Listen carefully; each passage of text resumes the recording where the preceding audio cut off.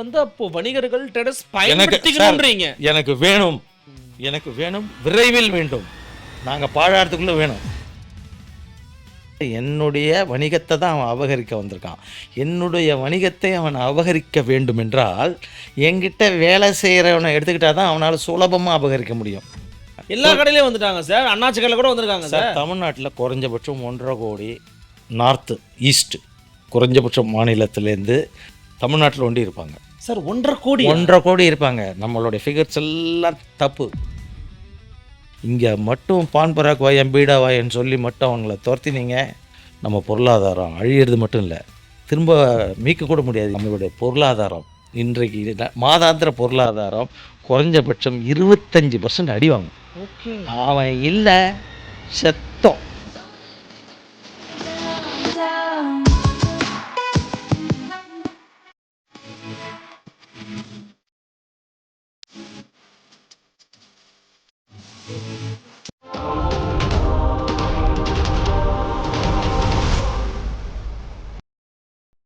நலம் தரும் நல்லார் சித்த மருத்துவமனை இதய நோய், சர்க்கரை நோய், பக்கவாதம், சிறுநீரக பிரச்சனை, தண்டுவடம் மற்றும் மூட்டு பிரச்சனைகளுக்கு மிகச்சிறந்த மருத்துவமனை கிருஷ்ணகிரி, சென்னை மற்றும் மதுரை. தொடர்புக்கு 8807666117 மற்றும் 8807666118. Nimati Property Management. Contact 7667008999. அன்னை பர்னிச்சர்ஸ். அன்னை திருமண சீர்வரிசை பொருட்கள், டிவி, ஃபிரிட்ஜ், வாஷிங் மெஷின் உள்ளிட்ட 200க்கும் மேற்பட்ட பொருட்கள் அடங்கிய திருமண சீர்வரிசை ரூபாய் 99,000 மட்டுமே. தமிழகம் முழுவதும் இலவச டோர் டெலிவரி. தொடர்புக்கு 7550014440 9345044044. நாங்கள் போராட்டம் பண்ணுறதுனால அடிக்கடி கோர்ட்டில் என் பேரில் கேஸ் போட்டுருவாங்க, இல்லை போலீஸ் ஸ்டேஷனில் கம்ப்ளைண்ட் கொடுத்துருவாங்க. வந்து அதெல்லாம் போய் நான் சந்திச்சுக்கிட்டு தான் இருப்பேன். வந்து ஏன்னா அதுக்கெல்லாம் மனநிலை தயாரானதுனால இந்த சமுதாயத்துக்கு விடிவெல் வரணும் அப்படின்னு நான் வந்து 35 வருடங்கள் முன்னாடி முடிவெடுத்ததுனால நான் ஒரு தீவிரவாதி தான், போராட்ட குணம் உள்ள ஒரு தீவிரவாதி. அதனால் நியாய தர்மங்கள் என் மனசில் நியாயம் தோணுன்னா நான் எந்த அளவுக்கும் போராடுறதுக்கு முடிஞ்ச வரைக்கும் தயங்க மாட்டேன். அதனால என் பேரில் கேஸ் எல்லாம் வரும், கோர்ட் கேஸ் எல்லாம் வந்து. அந்த மாதிரி ஒரு கோர்ட் கேஸ் வந்து ஜட்ஜு வந்து இதெல்லாம் விடுங்க, நீங்கள் ஏன் இந்த மாதிரி போராட்டம் பண்ணுறீங்க, அதை எக்ஸ்பிளைன் பண்ணுங்க என்ன கேட்குறாரு. அதெல்லாம் கோர்ட்டில் எல்லாரும் உட்காந்துருக்காங்க, வக்கீல் இருக்காங்க, எல்லாம் இருக்காங்க. அவருக்கு விந்தையாக இருந்தது. எதுக்கு பிரமாதம் இல்லை, அந்த கம்பெனி பேரோ இதோ நான் சொல்ல விரும்பலை. அவருக்கு விந்தையாக இருந்தது. இவ்வளோ புகழ்பெற்ற நிறுவனம், இதில் நீ பெரிய பிரச்சனை, நீ என்னையா வேலை செய்கிற, பொருளை வாங்குற விற்கிற, இவ்வளோதானே உன் வேலை, இதில் என்ன இவ்வளோ போராட்டமும் மல்லு கட்டுறதும் பண்ணிக்கிட்டு இருக்கேங்கிற மாதிரி ஆனால் கேட்குறாரு. நீ சொல்லுப்பா அப்படின்ட்டார் அவர். நீங்கள் எனக்கு அவகாசம் கொடுத்தா சொல்கிறேன்னு, ஏன்னா எனக்கு தெரியும் உங்களுக்கு சொல்கிறதுக்கு எனக்கு 20 நிமிஷம் பிடிச்சதுன்னா அவருக்கு எவ்வளோ நேரம் ஆகும். உங்களை மாதிரி அவர் விட மாட்டார்ல, அவர் குறுக்கேள்வி கேட்பார். அதனால் பொறுமையாக கொடுத்தீங்கன்னா நான் நல்லா டைம் கொடுக்குறேன் பேசுங்கன்னாரு. அவருக்கு எக்ஸ்பிளைன் பண்ணேன், எல்லாத்தையும் கேட்டார் குறுக்கேள்வி கேட்டார். ஆமாம் எல்லாத்தையும் கேட்டார், குறுக்கு கேள்வியும் கேட்டார். அந்த நீங்கள் சொல்கிறதுல நியாயம் இருக்குது, ஆனால் சட்டத்தில் உங்களுக்கு சாதகமாக ஜட்ஜ்மெண்ட் எழுதுறதுக்கு சரத்துகள் இல்லை, ஆர்டிகல்ஸ் வழி இல்லை. அதனால் மிஞ்சு போனால் என்னால் என்ன செய்ய முடியும்னா என் மகனை உங்கள் தொழிலில் ஈடுபடாமல் பார்த்து கொள்ள முடியும்னு. ஓகே, சுவையாக இருக்கா? உண்மை கதை, சுவையான கதை. இதுதான் நிலைமை. இதை புரிய வைக்கிறதுக்குள்ள இது யாருக்கு புரியும்னா கடைக்காரருக்கு புரியும். யார்? பெட்டி கடைக்காரர் இல்லை, ஒரு ரொம்ப நாள் டிஸ்ட்ரிபியூட்டர்கள் அனைவருக்கும் இந்தியா முழுக்க இந்த வழி உண்டு. ஓகே, அவங்களுக்கு புரியும். அனைத்து நிறுவன பிரதிநிதிகளுக்கும், ஏரியா மேனேஜருக்கும், நிறுவனம் மொத்தத்துக்கும் புரியும் இது. ஏன்னால் இந்த சட்டம் இப்படி இருக்கிறதுனால அவங்க கொடுக்கவே விரும்பல ஒப்பந்தத்தை. அப்படி கொடுத்தா ஒருதலை பட்ச ஒப்பந்தமாக தான் கொடுக்குறாங்க. வந்து அதனால எந்த பிரயோஜனமும் கிடையாது. இல்லை. ஆமாம், நீ ஒருவேளை ஒப்பந்தத்தை பார்த்து கேள்வி கேட்டேன்னு நீ பின்னாடி எவ்வளோ கேள்வி கேட்பேன்னு தெரியும். வந்து கொடுங்க அப்படின்ட்டு கம்பெனி காமிச்சிட்டு திரும்ப அந்த ஒப்பந்தம் உனக்கு திரும்பி வந்துடும். வேறு காரணங்களால் இதை ஏற்றுக்க முடியலன்னு நினச்சிடுவாங்க. அதனால் இந்த சூழலுக்கு பயந்து கோடிக்கணக்கில் பல விநியோகஸ்தர்கள் நஷ்டமடைந்து விட்டார்கள். சில உயிர்கள் கூட போயிருக்கு. அதுதான் என்னை இவ்வளோ பாதிச்சிருக்கு. ஏன்னா இதை நீங்கள் சொல்லும்போது இந்த பிரச்சனையுடைய தீவிரத்தன்மை நமக்கு புரிகிறது. அட் த சேம் டைம் இது வந்து ஒரு நெடுங்கால பிரச்சனையாக இருந்திருக்குது.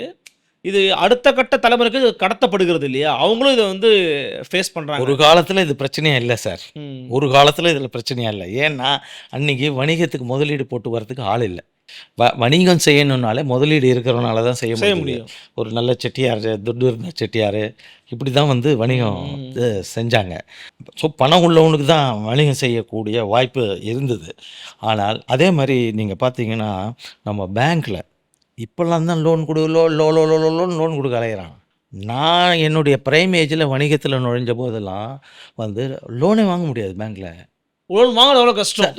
லோனே வாங்க முடியாது சார். நான் போய் பேங்க் மேனேஜர்கிட்ட, நான் சொல்கிறதெல்லாம் அரசாங்க பேங்க்கு, அங்கே போய் நின்று, சார் நான் இந்த கம்பெனியுடைய ஏஜென்சி எடுத்திருக்கேன், நான் சூப்பர் டாப் அப்படின்னுவார்.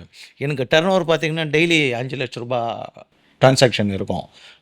5 லட்ச ரூபா ட்ரான்சாக்ஷன் ஒரு நாளைக்குன்னா மாதம் எவ்வளோ டர்ன் ஓவர் பாருங்கள். மாதம் 1.5 கோடி டர்ன் ஓவர் இருக்கும். நான் போட்டிருக்கிற முதலீடே 1.5 கோடி இருக்கும். ஏன்னா எந்த நிறுவனம் செய்யணுன்னாலும் குறைஞ்சபட்சம் 75 லட்சமாக, அது 1.5 கோடி வந்தால் 75 லட்சமாக வேணும்.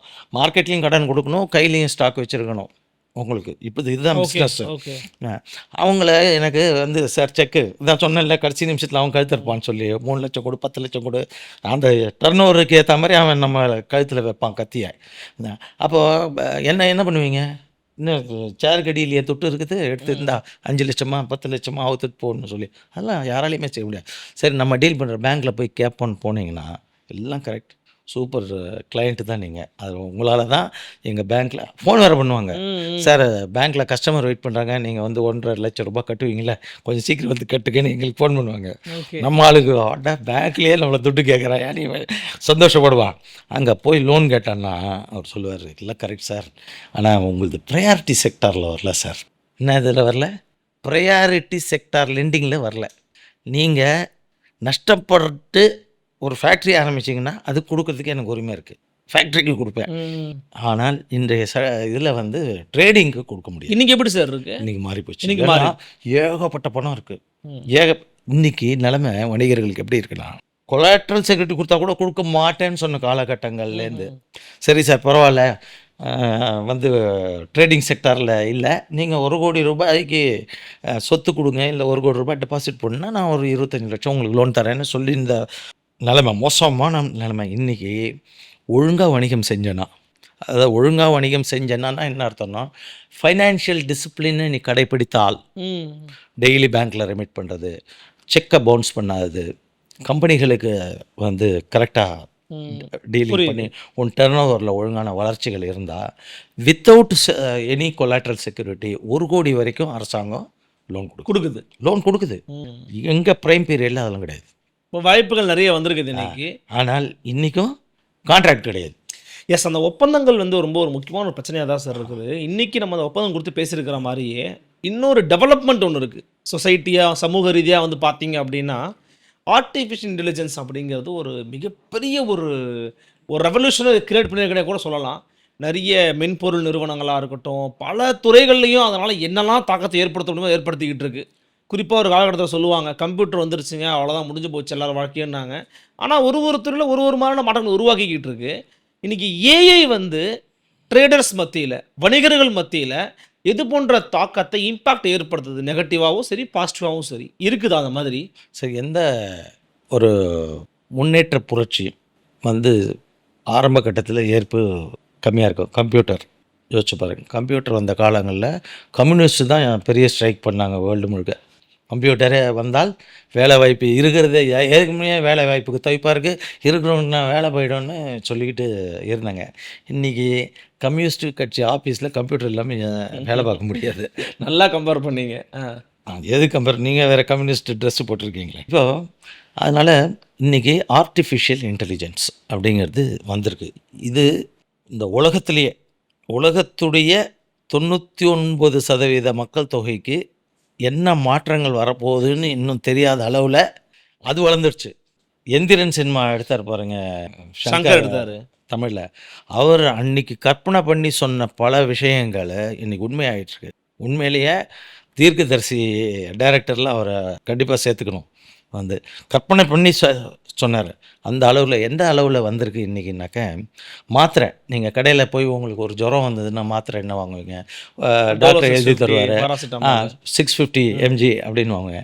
இந்த 650 mg உங்களுக்கு 10 உங்களுக்கு தெரியுமா? தெரியாது. இல்லை அதிகமான உங்களுக்கு தெரியுமா? தெரியாது. 650 mg தான் வருது. நீங்கள் என்ன பண்ணுவீங்க? அதை 3 வேளை போடணுமா? புரிஞ்சிடுச்சு அது இந்த கான்செப்ட் வரைக்கும் உங்களுக்கு. 500 மில்லிகிராம், 650 மில்லிகிராம், இது மாதிரி ஏற்கனவே ஃபிக்ஸட் டோசேஜ் வந்து. இப்போது என்ன வந்தால் உங்களுக்கு மெஷின் அந்த பேசிக் கெமிக்கல்ஸ் எல்லாம் இருக்கும். டாக்டரும் உங்களுடைய உடம்புக்கு அந்த ஆர்டிஃபிஷியல் இன்டெலிஜென்ஸ் சொல்லும் எத்தனை மில்லிகிராம் சாப்பிட்டால் உங்களுக்கு தேவை குணமாகும், எத்தனை கிராம் சாப்பிட்டா அதிகமும் இல்லை கம்மியும் இல்லை. இப்போ தோராயமாக நடக்குது. உண்மை. 20 கிலோ வெயிட்டுக்கு இத்தனை கிராம் சாப்பிட்லாம் அப்படிங்கிற பேசிஸில் நடக்குது. ஒன்று வெயிட் பார்த்து கொடுப்பாங்க, இல்லை இதில் கொடுத்துருவாங்க அந்த. ஆனால் அந்த மாத்திரை வந்து உங்களுக்கு இப்போ வரப்போகிறது ஃப்யூச்சர் வந்து உங்களுக்கு தேவையான டிசைனர் மாத்திரை, டிசைனர் பேபிஸ் உருவாகுது. டிசைனர் பேபின்னா நீங்கள் உங்களுக்கு பிறக்க போகிற குழந்தை எந்த மாதிரி இருக்கணும்? அவரை மாதிரி அறிவு இருக்கணும், ஐஸ்வர்யா மாதிரி அழகு இருக்கணும், இவரை மாதிரி ஓட்ட சக்தி மாதிரி ஓடணும். இந்த மாதிரி என்னெல்லாம் நீங்கள் கேட்குறீங்களோ அந்த மாதிரி டிசைன் பண்ணி என்னது கர்ப்பப்பையில் உருவாக்கி குழந்தைய வெளியே கொண்டு வர அளவுக்கு, ஐன்ஸ்டீன் அளவுக்கு மூளை வேணும்னா தயார் பண்ணி கொடுக்குற முன்னேற்றம் வந்துருச்சு. ஜப்பானில் எடுத்துக்கிட்டிங்கன்னா அங்கே வந்து ஆயில் அதிகமாக இருக்குது இந்த. ஆனால் ஜப்பான்லலாம் விலைவாசி தாறுமாறாக இருக்கிறதுனால சராசரியாக குடும்பம் நடத்துறதுலாம் அவ்வளோ ஈஸி இல்லை.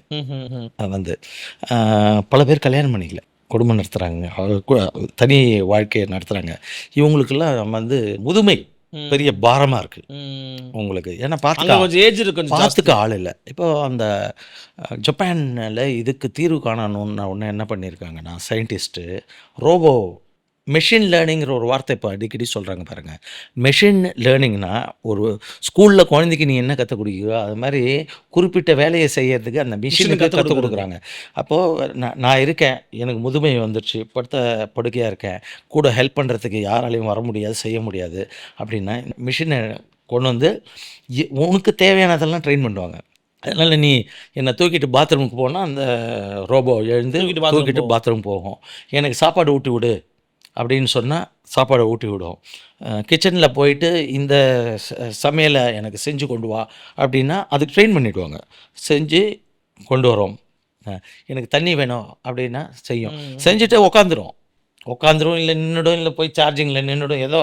ஆனால் இவங்க குரல் கேட்டால் வந்துடும், இவங்க என்ன சொல்கிறாங்களோ அதை ஃபாலோ பண்ணும்.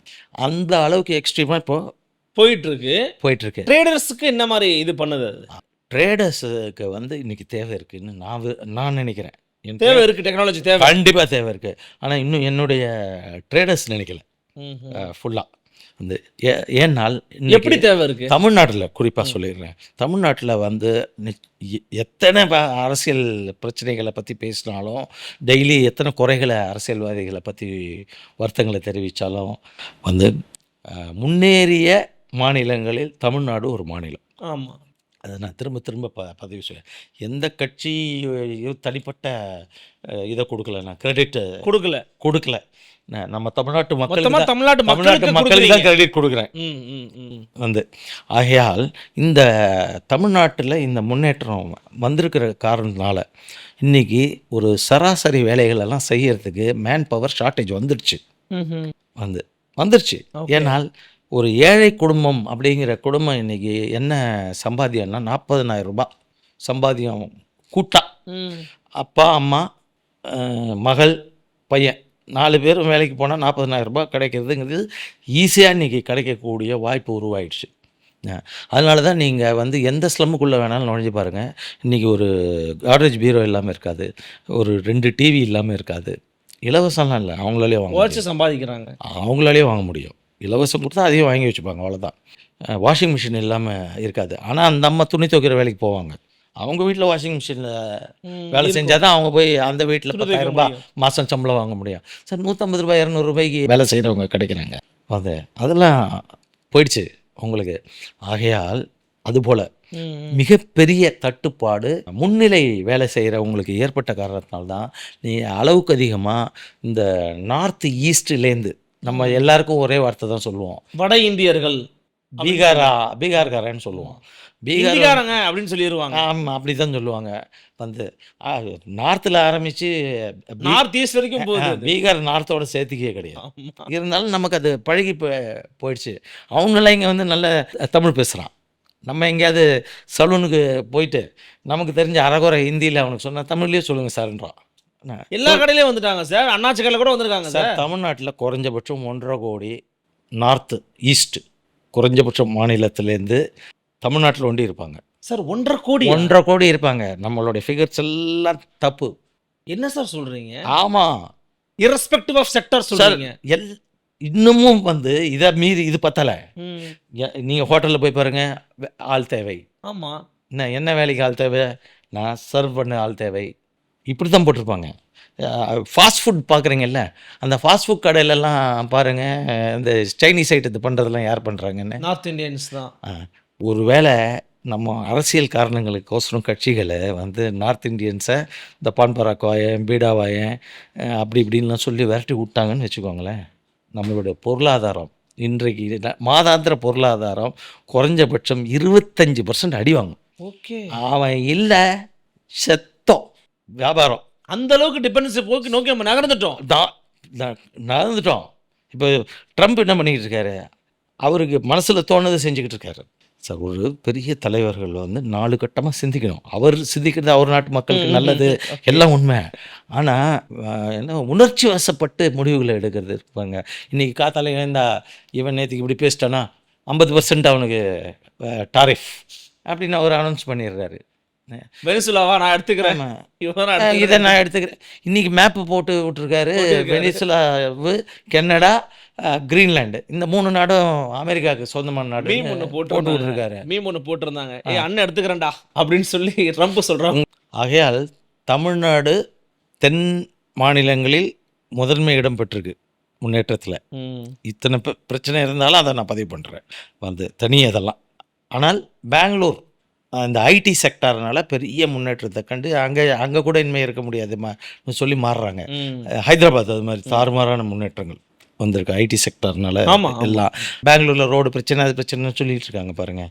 இந்த மாதிரி கூட்டம், யாராலையுமே காரில் போயிட்டு வர முடியல. அவ்வளோ ஒரு குடும்பத்துக்கு 4 கார் வந்துடும். ஸோ இப்படி இருக்கச்சு இந்த தட்டுப்பாடு வந்த காரணத்தினால எங்களுக்கு டிஸ்ட்ரிபியூட்டர்ஸ்க்கு, கடைக்காரங்களுக்கெல்லாம் வந்து மேன் பவர் இல்லை. நான் எங்கிட்ட இருந்த மேன் பவர் எல்லாம் எவன் திருடிட்டு அபகரிச்சுட்டு போயிட்டான். எங்கே இருக்காங்க அவங்களாம்? அதான் அவன்லாம் இந்த ஜெப்டோ, ஸ்விக்கி, இன்ஸ்டாமார்ட் இதுக்கெல்லாம் போயிட்டாங்க. காரணம் சுற்றி அவங்க வந்துடுறாங்களே சார். அவங்க வந்துடுறாங்கல்ல, நான் வேற அவங்களையே குறை சொல்கிறேன்னு தோணும். அந்த மாதிரி தான் நினச்சிப்பாங்க தோணும். ஆனால் அப்படி இல்லை. அதாவது என்கிட்ட அவன் வந்து எந்த வியாபாரத்தை கெடுக்க வந்திருக்கான், அபகரிக்க வந்திருக்கான்? நுகர்பொருள் வணிகத்தை தான் அபகரிக்க வந்திருக்காங்க. ஏன் நுகர்பொருள் வணிகத்தை அபகரிக்க வந்திருக்கான்? இதுதான் இந்தியாவில் 10 லட்சம் கோடி ரூபாய் டர்ன் ஓவர் நடந்துட்டு இருக்கிற ஒரு வணிகம். ஒரு வல்லுநர் இப்போ சமீபத்தில் செஞ்சபோது சொன்னார், ஒரு 15 லட்சம் கோடி ரூபாய் வணிகம் நடக்குது.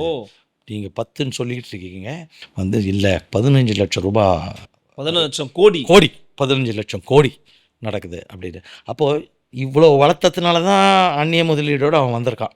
ஃபஸ்ட்டு எங்கே வந்திருக்கான்? முதல்ல விளம்பரத்தில் எந்த பொருள்லாம் மக்கள் வாங்குறாங்களோ, வீட்டுக்கு மாதம் தேவையான பொருள், வாரம் தேவையான பொருளை, அதெல்லாம் நாங்கள் தானே டீல் பண்ணுறோம். அதனால் என்னுடைய வணிகத்தை தான் அவன் அபகரிக்க வந்திருக்கான். என்னுடைய வணிகத்தை அவன் அபகரிக்க வேண்டும் என்றால் என்கிட்ட வேலை செய்கிறவனை எடுத்துக்கிட்டால் தான் அவனால் சுலபமாக அபகரிக்க முடியும். அவனுக்கு தான் எந்த கடை எங்கே ஸ்டார்ட் பண்ணணும், ஆதம்பாக்கம் மார்க்கெட்டை எங்கே எண்டு பண்ணணும்னு தெரியும். எந்த கடைக்கு கடன் கொடுக்கக்கூடாதுன்னு தெரியும். இல்லை, அப்போ அவங்கள தக்க வைக்க தவறியது உங்களுடைய பிழை தான். நல்ல கேள்வி, அருமையான கேள்வி. என்ன, உங்களால் கூட தக்க வைக்க முடியாது, சொல்கிறவங்களால தக்க வைக்க முடியாது. என்ன காரணம்னா, அவன் அழிவு போட்டியில் இறங்கியிருக்கான். அவனுக்கு வருது அந்நிய முதலீடு. அதனால் நான் வந்து நியாயமான சம்பளம் அரசாங்கம் சொல்கிற சம்பளத்தை விட கூட கொடுத்தா கூட இவன் என்ன பண்ணுறான், அவனுக்கு இன்சென்டிவ்லாம் அவன் சம்பளம் கம்மியாக கொடுப்பான், இன்சென்டிவ் அளவுக்கு அதிகமாக கொடுப்பான். அதனால ஒரு நாளைக்கு 2000 ரூபாய் சம்பாதிக்கிற அளவுக்கு அவன் வழி பண்ணுவான். இப்போ நமக்கு ஜென்ரலாக மக்களுக்கு என்ன தோணும், ஏன்பா அவன் சம்பாதிக்கிறான்ப்பா, அவனுக்கு ஒரு வாய்ப்பு கிடைச்சிருக்கு அப்படி தான் நானும் நினைக்கிறேன். ஆனால் அது உண்மை. என் நிலைமைக்கு அவன் கஷ்டப்படணும்னு நாங்கள் சொல்லவே இல்லை. ஏன்னா நம்ம பேசின்னு இருக்கிற விஷயம் என்ன, ஆர்டிஃபிஷியல் இன்டெலிஜென்ஸை பற்றி பேசிக்கிட்டு இருக்கோம். அதோட இம்பாக்டை பத்தி பேசுறோம். அதனால் எனக்கு என்ன வேணும் அப்படின்னா, மோடி அவர்கள் ஜப்பான் போன்ற டெக்னாலஜிக்கலி சுப்பீரியர் கண்ட்ரீஸ் இல்லை இலான் மஸ்க் இவரோட ஒரு ஒப்பந்தம் போட்டு எங்கிட்ட இருந்தாங்க பாருங்கள் வேலையாட்கள் 1,00,000 பேர், 1,00,000 ரோபோக்களை உருவாக்கி மெஷின் லேர்னிங் பண்ணி என் குடவுன்லேருந்து போய் அந்த பிஸ்கட் எடுத்துகிட்டு வா வேனில் ஏற்று, நான் வேனில் ஏறினப்புறம் வேனும் டிரைவரு தட்டுப்பாடாகி போச்சு. செல்ஃப் டிரைவிங் வேனாக கொடுத்து நான் அந்த வேனில் ஃப்ரண்ட்டில் ஒரு ரோபோ டிரைவர் ரோபோ, பேக்கில் ஒரு டெலிவரி ரோபோ, அந்த உள்ளேயே கம்ப்யூட்டர் வச்சு இது ஆப்ரேட் பண்ணுமே. நான் அந்த கடையை பார்த்த உடனே ஸ்கேன் பண்ணி பில் போட்டுருவோம். இந்த ஐட்டம் ஆர்டர் அவர் சொன்னார்னா போகிறோம், இந்த ஐட்டம் கொடு ரோபோ அப்படின்னு. அப்படியே சங்கர் படம் பார்க்குற மாதிரி இருக்கு நீங்க பேசுறது சார். அதனால தான் சொல்கிறேன் அவர் தீர்க்கதரிசின்னு. அன்றைக்கி அதெல்லாம் சொன்னார் பாருங்க. ஓகே, எத்தனை வருஷம் முன்னாடி சொன்னார் சார் அவர். ஸோ அது தவிர இல்லாமல் இன்றைக்கி வெயிட் தூக்க ஆள் இல்லை. இப்போ எங்கிட்ட வேலைக்கு வச்ச சென்ட் போன்ற ஐட்டங்கள் காஸ்ட்லி ஐட்டம், ஒரு பாக்ஸு எடுத்துக்கினா 2 பாக்ஸ் எடுத்திங்கன்னா ஒரு 5,000 ரூபாய் மதிப்பு இருக்கும். அதே வந்து ஒரு ஆட்டா மூட்டை வந்து 30 கிலோயோ 50 கிலோவோ இருக்கும். அதை தூக்கினா அதோட மொத்த வேல்யூவே 2,000 ரூபாய் கூட இருக்காது. அப்போது 50 கிலோ தூக்குறதுக்கு இன்றைக்கி எந்த குடும்பத்துலேயும் பிள்ளைய அனுப்புறதுக்கு ரெடி இல்லை. அந்த அம்மா, டேய் 40,000 ரூபாய் சம்பாத்தியம் வருது, நீ சும்மா வீட்டில் உட்கார்றா, இல்லை என்னோட அந்த வீட்டில் வேலை செய்யலாம். சார் டிரைவர்லாம் என்ன சம்பளம் வாங்குறாங்கன்னு நினைக்கிறீங்க? 50,000 ரூபாய்க்கு குறைஞ்சி சம்பளம் வாங்குகிற டிரைவரு சுமாராக வேலை செய்கிறாங்கன்னு அர்த்தம். ஓகே, அந்த வாய்ப்பு இன்றைக்கி இருக்குது, தட்டுப்பாடு இருக்குது, அதனால வாய்ப்பு இருக்குது. உங்களுக்கு ரோபோ வந்து அப்போ வணிகர்கள் ட்ரேடர்ஸ் பயன்படுத்திக்கணும்ன்றீங்க. எனக்கு வேணும், எனக்கு வேணும், விரைவில் வேண்டும், நாங்கள் பாழாறதுக்குள்ளே வேணும். நீங்க சொல்ற மாற்றம்லாம் இப்ப நடக்கிறது இல்லை சார், ஒரு பெரிய மாற்றம் சார். அது என்ன கஷ்டம் சார்? சங்கர் சார் என்ன சொன்னார், ஒரு ரோபோவை இன்னொரு ரோபோவை தயாரிக்குது இல்லை.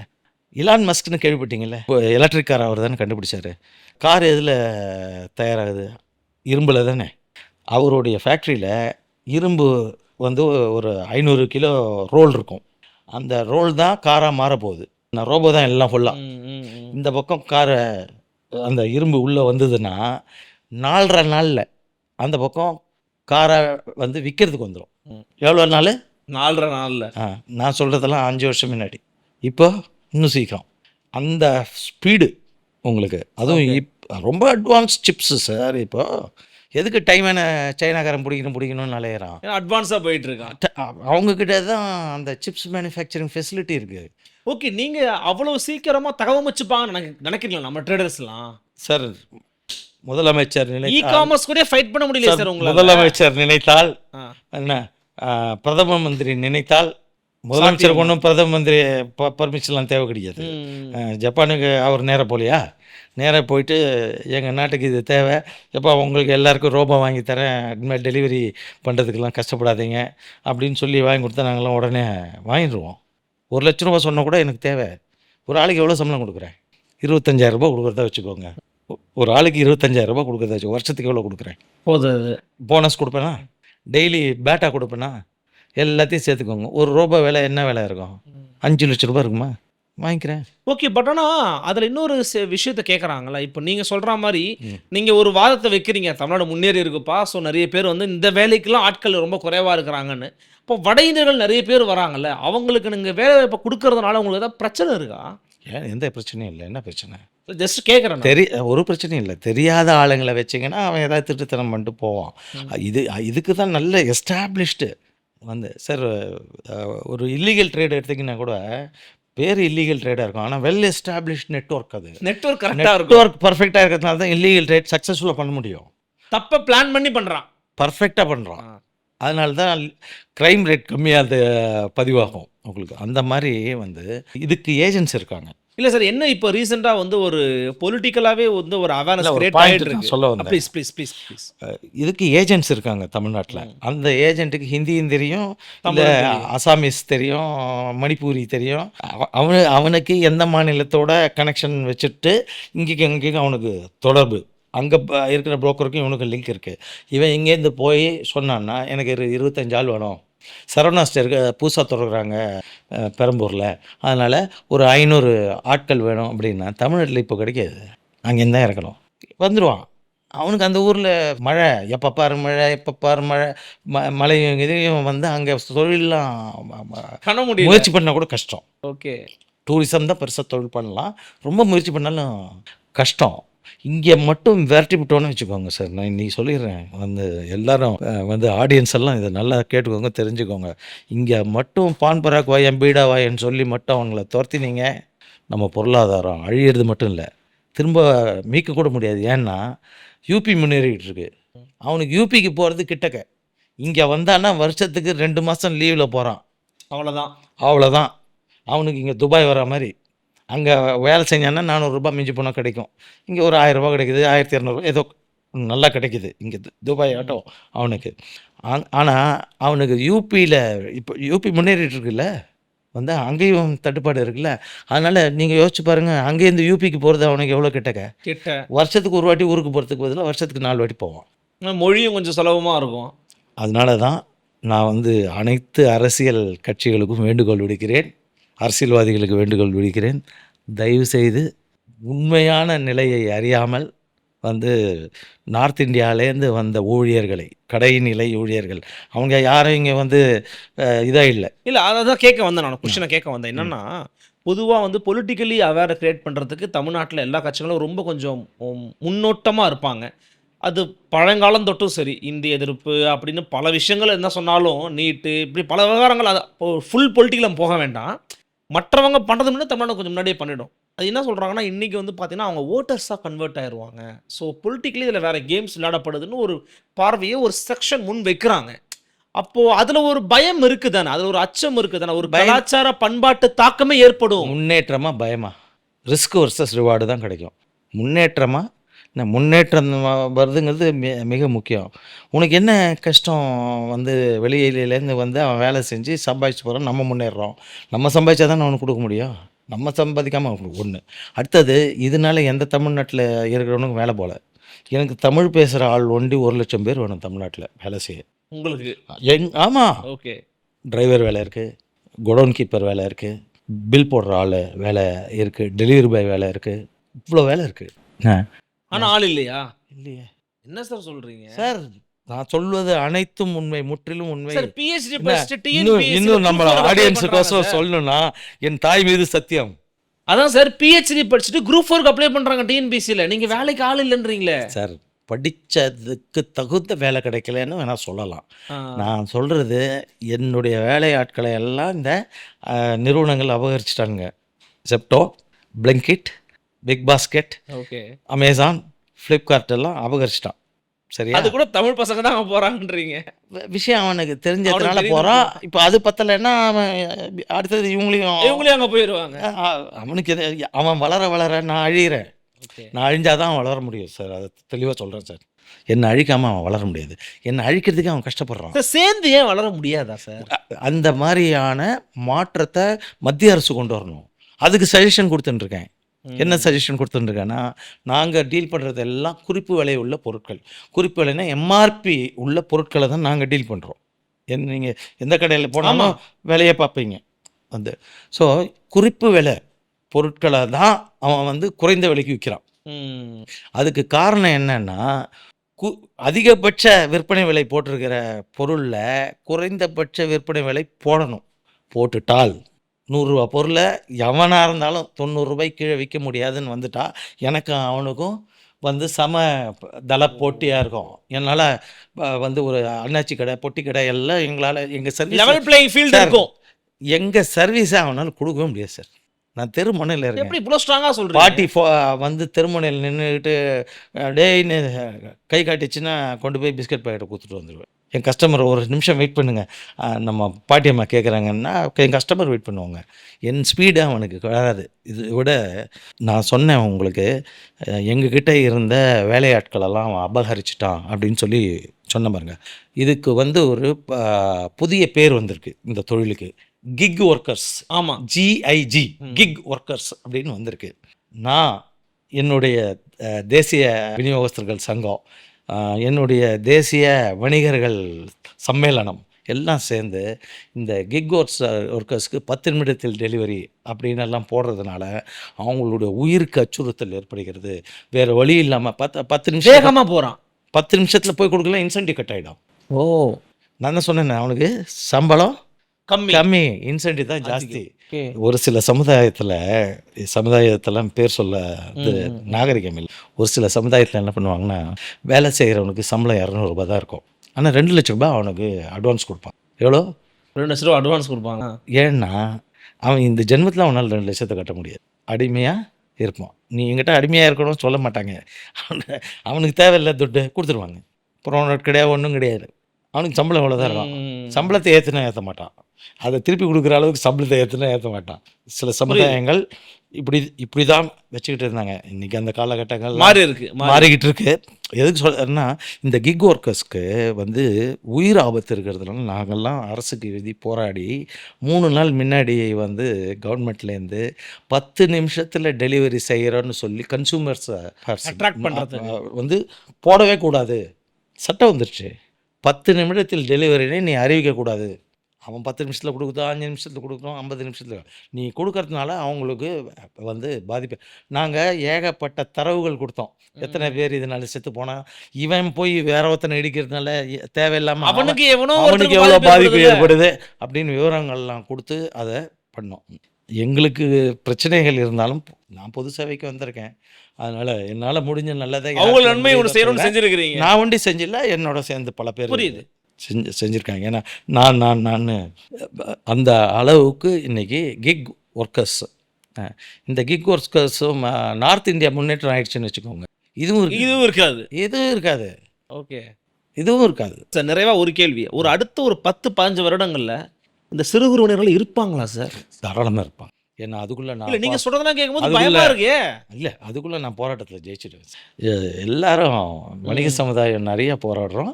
அதுக்குள்ளே கண்டிப்பாக சார், உள்நாட்டு வணிகர்களை பாதுகாக்க, அவர்களுடைய முன்னேற்றத்தில் லாபம் கிடைக்காமல் சூழலை மத்திய அரசு நீடிக்க அனுமதித்தால், லோக்கல் ஃபார் வோக்கல்னு ஏன் சொல்கிறாரு? இப்போ புரிஞ்சுக்கிட்டாரு. சாதாரணமாகவே புத்திசாலி. இந்த ட்ரம்ப் டாரிஃப் போட்ட உடனே கொஞ்சம் நெஞ்ச இது இல்லை, நல்லா தெளிஞ்சிட்டாரு. அதனால் லோக்கல் ஃபார் வோக்கல் சொல்லி நம்ம ஊரில் தயார் பண்ண நம்மளே சாப்பிடுவோம், நம்மளே இவ்வளோ கூட்டம் இருக்கோம், நம்ம சாப்பிட்றத தவிர வெளிநாட்டுக்கும் ஏற்றுமதி செய்வோம் அப்படின்னு vocal for local, local for global அப்படின்னு இப்போ கான்செப்டை மாற்றிருக்காரு. அதனால் இப்போது எங்கள் வணிக சம்மேளனத்து மூலமாக என்ன தரோம், டீட்டெயில்ஸ் எல்லாம் எடுத்துக்கிட்டு இருக்கோம். என்ன தரப்போகிறோன்னா, எந்த பொருளெல்லாம் எந்தெந்த மாநிலங்கள்லேருந்து எக்ஸ்போர்ட் பண்ணலாம், எந்த நாடுகளுக்கு எக்ஸ்போர்ட் பண்ணலாம். இப்போ பல நாடுகள் நம்மக்கிட்ட வாங்குறதுக்கு முன் வராங்க. ஏன்னா இவர் தான் எல்லாருக்கும் டாரிஃப் போட்டு விட்டார், தூங்கி டாரிஃப் போடுறாரு அவர். அதனால் இதெல்லாம் நமக்கு நல்லது தான், எல்லாம் நன்மை கேட்குறீங்க. வடிவேலு சொல்கிற மாதிரி தான், அவன் செய்கிறதெல்லாம் நமக்கு ஆதாயமாக இருக்குன்னு அந்த மாதிரி தான் இருக்குது நம்ம நிலைமை. அதனால் நாங்கள் சராசரி ஆளெல்லாம் தன்னுடைய வணிகத்தையும் தாண்டி எக்ஸ்போர்ட் மார்க்கெட்டில் அந்நிய இதுவும் வந்துடும், செலாவணியும் கிடைக்கும், உனக்கும் முன்னேற்றம் கிடைக்கும். இந்த முன்னேற்றம் சீக்கிரம் வரணும்னா ஆர்டிஃபிஷியல் இன்டெலிஜென்ஸை மாஸ் ப்ரொடக்ஷனில் கொண்டு நம்மளுடைய பிரதமரும் முதலமைச்சரும் கொடுத்தால் நாங்கள் வாங்கிடுவோம். 5 லட்ச ரூபாய் ஒரு ரோபோ சொன்னால் கூட நாங்கள் வாங்க தயாராக இருக்கீங்க. கண்டிப்பாக சம்பாதிச்சு கொடுக்குதில்ல சார், வாங்க தயார். அது அப்புறம் ரோபோக்கு ஸ்பேர் பார்ட் கடை வரும், அது ஒரு வணிகர் செய்வார். இப்போ அந்த கை ஒன்று உடஞ்சி போச்சு, இப்போ மாட்டி விட்டுனா மாட்டி ஸ்க்ரூ ட்ரைவர் போட்டால் மாட்டி விட்டு போயிடுவான். உள்நாட்டு வணிகர்களை பழைய கொள்கைகளை கடைப்பிடித்திருந்தால் இந்த நாட்டுடைய முன்னேற்றம், இப்போது நடந்திருக்கிற முன்னேற்றம்லாம் பின்னேற்றம் ஆயிருக்கும். இப்போ கூட பின்னேற்றம் இருக்குது, ஆனால் ஒரு 10 அடி உயர்ந்ததுனால 2 அடி சறுக்கிறது தெரியாமல் இருக்கு. உள்நாட்டு வணிகர்களை இந்த மத்திய அரசு பாதுகாத்து லாபம் அடைய சட்டத்திட்டங்கள் சொன்ன பாருங்க. எம்ஆர்பி இருக்கிற மாதிரி எம்எஸ்பி கொண்டு வரணும். இல்லை எம்ஆர்பி இல்லாமல் எடுத்துரு, புரியுது. எம்ஆர்பின்னு ஒரு பொருளுக்கு வச்சுட்டேன்னா எம்எஸ்பியை கொண்டு வா, அது குறைஞ்சி விற்காது, எவனாக இருந்தாலும் விற்காது. எனக்கு ஜெப்டோ எவ்வளோ லாபம் பண்ணுறான்னு வருத்தமே கிடையாது. என்னுடைய வியாபாரத்தை அபகரிக்கிறான். நான் உருவாக்கிய வியாபாரம், ஒன்றும் இல்லாத இடத்துலேருந்து நான் உருவாக்கிய வியாபாரம், நான் உருவாக்கின லேபரர்ஸ். இப்போ இப்படி யோசிச்சுக்குப்பா பாருங்கள், ரோபோலாம் வாங்கிட்டோம். ரோபோ நான் திட்ட வேண்டிய அவசியம் இல்லை, அது பாட்டு ஒழுங்காக வேலை செய்யுது. இந்த ஜெப்டோ கிப்டெல்லாம் மூடிட்டு போயிட்டேன். அந்த கிக் ஒர்க்கர்ஸ்லாம் எங்கே வரும் அடுத்தது? திருப்பி உங்கள்கிட்ட தான் வரணும். நான் எப்படி வேலை கொடுப்பேன்? அந்த ரோபோ வாங்கிட்டேனே, பேங்க் மேலே கடன் இருக்கு ஒரு ரோபோக்கு. சார் இப்படி சொல்கிறீங்க அப்படி சொல்கிறீங்க, என்ன சார் பண்ணுறேன் சார் அப்போ அரசாங்கம் தான் சார் சிந்திக்கணும். நான் ஒரு சாதாரண பிரஜையாக இந்த உண்மையை வலியை சொல்றீங்க. சேனலில் வலியுறுத்தி சொல்கிறேன். அரசாங்கம் வந்து இந்த எலெக்ஷன் பின்னாடி அலைஞ்சிக்கிட்டு இருக்கான். அந்த மோடெல்லாம் தனி, இது நிரந்தரமாக செய்ய வேண்டிய வேலை இது. உடனடியாக செய்ய வேண்டிய வேலை. அதனால தான் வந்து நான் வேண்டிக் கொள்வதெல்லாம் இப்போ கூட. ஏன்னால் எனக்கு என்னென்ன, நான் வந்து எனக்கு நல்லது நடக்கிறதுக்கு தான் பேசுகிறேன். என் சமுதாயம் நல்லா இருக்கணும். என் சமுதாயம் நல்லா இருந்தால் இந்த தமிழ்நாடு நல்லாயிருக்கும். என் சமுதாயம் நல்லா இருந்தால் இந்த நாடு நல்லாயிருக்கும். ஏன்னா இந்தியா பொருளாதாரத்தில் 4வது தூண், முதுகெலும்பு நாங்கள். நீங்கள் 4th எஸ்டேட்டு டிவி, நான் 4th பில்லர் ஆஃப் இந்தியா. அதனால் என்னுடைய வேண்டுகோள், முதலமைச்சர் ஸ்டாலின் அவர்கள் உடனடியாக ஒரு கையெழுத்து போட்டு தமிழ்நாட்டில் இனிமேல் எப்படி போட்டாங்கல்ல 10 நிமிஷத்தில் இனிமேல் டெலிவரி போடக்கூடாதுன்னு போட்டாங்கல்ல, அந்த மாதிரி தமிழ்நாட்டில் இனிமேல் ஜெப்டோ, பிக் பாஸ்கெட், பிளிங்கெட் இதெல்லாம் ஆப்ரேட் பண்ணக்கூடாது. கிளம்புங்க அப்படின்னு ஒன்று போட்டா கிளம்புங்க அப்படின்ட்டாக்க பொதுமக்கள் திரும்ப எங்கள் கிட்ட தான் வாங்குவாங்க. அவங்க என்ன அவங்களுக்கு குறை வரும், அவன் இருந்த வரைக்கும் வீட்டில் வாசலில் வந்து டெலிவரி கொடுத்தான்னு நாங்கள் அதை கொடுத்துட்டு போகிறோம். இதுதான் புது நியூ ஏஜ். ஓகே. இன்றைக்கி குழந்தை பிறந்து கொஞ்ச நாள்லேயே கம்ப்யூட்டர் யூஸ் பண்ணுது. 4-5 வயசு குழந்தைக்கு தெரிஞ்ச மொபைலில் ஆப்ரேட் பண்ண தெரிஞ்சது நமக்கு தெரியாது. நம்ம ஆட்கள்லாம் இன்னும் சைக்கிளுக்கு டிரைவர் போட்டு ஓட்டிக்கிட்டு இருக்காங்க. ஆகையால் எனக்கு நம்மளுடைய மத்திய அரசு பிரதமர் அவர்கள் இந்த எப்படியாவது இந்த டிபேட்டை பார்க்கணுன்னு ஆசைப்பட்றேன். வந்து பார்க்குறாங்க. ஆக்சுவலாக பிஎம்ஓவில் வந்து தமிழ்நாட்டுக்குன்னு வச்சுருக்காங்க ஏகப்பட்ட பேர். அதுவும் குறிப்பாக சில சேனலை ஒண்டி பார்க்குறாங்க. மேபி இந்த கணேஷ் ராம் பேசுகிற சேனலை கூட பார்க்கலாம். பார்க்கணும்னு விரும்பி கேட்டுக்கிறேன். ஆமாம், பார்த்து எங்களுக்கு நல்லது நடக்கணும். இது வரைக்கும் 2 நல்லது பண்ணி கொடுத்துருக்காரு மோடி அவர்கள். நான் பதிவு செய்ய விரும்புகிறேன். ஒன்று, ஜிஎஸ்டி ரிஃபார்ம்ஸ் வந்தது. நான் இந்த ஜெப்டோக்காரங்களுக்கெல்லாம் எதிர்த்து போராடிக்கிட்டே இருக்கிறதுனால இந்த ஜிஎஸ்டி ரிஃபார்ம்ஸ் வந்தபோது இந்த ஜெப்டோ போன்ற அனைத்து ஆப் நிறுவனங்களுக்கு வந்து 18% சர்வீஸ் டேக்ஸ் போட்டிருக்காரு. அவ்வளோ சர்வீஸ் எவனுக்கும் இல்லை. நீங்கள் பார்த்துருக்கிறதெல்லாம் வந்து ஜிஎஸ்டி 5%, 12% தான். ஆனால் அவங்க போய் மல்லு கட்டினாங்க. நீங்கள் இந்த கணேஷம் என்ற ஆட்கள்லாம் கேட்குறாங்கன்னு எங்களுக்கு 18% போட்டால் நாங்கள் எப்படி வியாபாரம் பண்ணுறது, அது இதுன்னா ஐயோ நீ அவங்க வியாபாரத்தை அபகரிச்சிட்டு இருக்கேன்னு ப்ரூஃப் கொடுத்துட்டாங்க. அதெல்லாம் பேசாதேன்ட்டாங்க. நான் சொல்கிறதெல்லாம் அன்அஃபிஷியலாக நடந்த டிஸ்கஷன்ஸ். அதனால் அவங்க சரி இப்போ போடணும்னு முடிவு பண்ணிட்டீங்க. 18 எவ்வளோ அதிகம், ஒரு 12 கொண்டு வந்து வைங்கன்னு. 5 ஸ்டார்ட் பண்ணாங்க, 12வது வைங்கன்னா 2 முடியாதுப்பா, போராட்டம் நடக்கும். அவங்க இது செய்ய முடியாது. எங்களுக்கு லோக்கல் ஃபார் ஓக்கல் அப்படின்னு சொல்லி 18% அவங்களுக்கு. அவன் வந்து 100 ரூபாய்க்கு வாங்கின பொருளை 100 ரூபாய்க்கு விற்றாலும் 18% கட்டணும், 1 ரூபாய்க்கு விற்றாலும் 1 ரூபாய்க்கு 18% கட்டணும். அந்த சூழல் வந்துச்சு. இத்தனை நாள் வரைக்கும். ஆமாம், இத்தனை நாள் வரைக்கும் அது கிடையாது. ஒரு ஜாலியாக எங்களை வந்து எந்த அளவுக்கு சாவடிக்க முடியுமோ அந்த அளவு ஃப்ரீயாக சாவடிச்சுக்கிட்டு இருந்தார். இந்திய முகமூடி போட்டுக்கிட்டு. இவங்களுக்கு எல்லாம் வந்து ஃபாரின் ஃபண்ட்ஸு பேர் தான் இந்திய முகமூடியை போட்டுக்கிட்டு வராங்க. என்னால் இந்திய சில்லறை வணிகத்தில் அந்நிய முதலீடு அனுமதி இல்லைங்கிற ஒரு சட்டத்தை உடைக்கிறதுக்கோசம் செய்யறாங்க. வந்து இது ஒன்று செஞ்சு கொடுத்தாங்க. அடுத்தது நாங்கள் கேட்ட உயிர் பாதுகாப்பு கிக் ஒர்க்கர்ஸ்க்கு அது பண்ணி கொடுத்துருக்காங்க. கிக் ஒர்க்கர்ஸ் கேட்கல, நீங்கள் கேட்டிருக்கீங்க. பாவம், அவங்களுக்கு அந்த அளவுக்கு நாலேஜ் கிடையாது. ஒரு அமைப்பாக இருக்க அமைப்பெல்லாம், ஆனால் அதெல்லாம் வாய்ஸ் ஃபார் வாய்ஸ்லெஸ்ங்கிறது அவங்களுக்கு கிடையாது. நாங்கள் வந்து அவங்கள வச்சு நாங்கள் வாழ்ந்திருக்கோம். அவங்களும் நல்லா வாழணும்னு விரும்புகிற காரணத்தினால எங்கள் சங்கத்தில் வந்து தேசிய அளவில் இதுக்கெல்லாம் ஆதாரங்களோடு போராடி இன்றைக்கி அந்த அறிவிப்பு வந்துடுச்சு. அதனால தான் சொன்னேன், சிறு குறு வணிகம் எதிர்காலத்தில் இருக்கும், நான் வெற்றி அடைந்து விடுவேன், என்னை போல் இருக்கிற அனைத்து தலைவர்களும் வெற்றி வாய்ப்பை சூடுவார்கள் உறுதியாக என்று நம்பிக்கையோடு சொல்கிறேன். அதனால் question of time we will win. கட்டாயம் சார். ரொம்ப ஒரு டீட்டெயில்டு எக்ஸ்ப்ளனேஷனாக இருந்துச்சு. அட் த சேம் டைம் வந்து இன்றைக்கி அரசாங்கங்கள் எப்படிலாம் வந்து செவிசாய்க்கணும், எதுக்கெல்லாம் ரொம்ப அவங்க வந்து கவனத்தை வந்து கொடுக்கணும் அப்படிங்கிறது ரொம்ப கூர்மையாக வந்து பதிவு பண்ணியிருக்கிறீங்க. பொறுத்திருந்து பார்க்கலாம் அரசாங்கங்கள் எப்படி நடவடிக்கைகள் எடுக்கிறாங்க அப்படின்னு. எங்களுக்காக உடைய பல்வேறு விதமான முக்கியமாக தேர்தல் நெருங்கிடுச்சு. நம்மளுடைய முதலமைச்சர் பார்த்து எங்களுக்கு நல்லது செய்யணும், நம்மளுடைய பிரதமர் பார்த்து நல்லது செய்யணும். இந்த சேனலை பார்க்கணும். கட்டாயம் சார், கட்டாயம் பார்க்க வச்சிருவோம் நம்ம. ஆமாம். உங்களுடைய பலவிதமான கருத்துக்களுக்கும் ஆழமான புரிதலை கொடுத்ததற்கும் மிக்க நன்றி. மீண்டும் மற்றும் ஒரு நிகழ்வில் சந்திக்கிறேன். வணக்கம்.